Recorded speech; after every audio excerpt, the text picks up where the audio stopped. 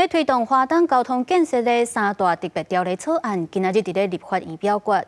外界质疑编特别预算，恐惊会甲债务留予子孙。民众党团表示，应该是要改做年度预算，嘛证实因民众党团会甲国民党团共同来提出修正动议，并表决通过。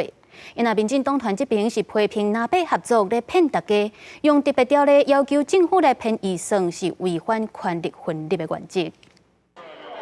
为了要支持花东交通建设，立法院国民党团总召卜坤基提出关岛高速铁路建设特别条例草案、花东快速公路建设特别条例草案、国道6号东建花莲建设特别条例草案。因为催稿调研协商无共识，初10的议会直接是表决。民进党团是批评南北合作要骗大家。他们在合作，在骗大家嘛？你用特别条例要求政府编列预算。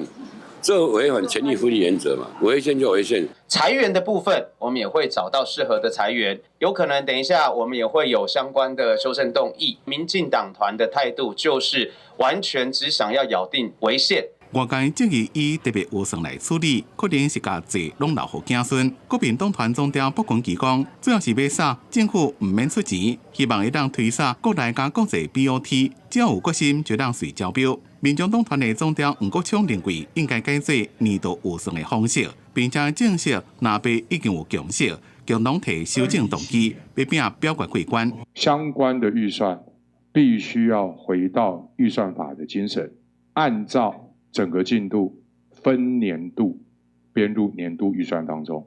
伊拉议会也将会处理南北党团邀请准总统赖清德伫咧就职了到立法院做国情报告的提案。卜坤基表示，未来赖总统到立法院要用什么形式做国情报告，拢会尊重。不过，将是希望赖清德会当依法做报告。关键明示回应讲，只要合乎宪法，赖清德一定会来，也希望会当实现第一遍总统的国情报告。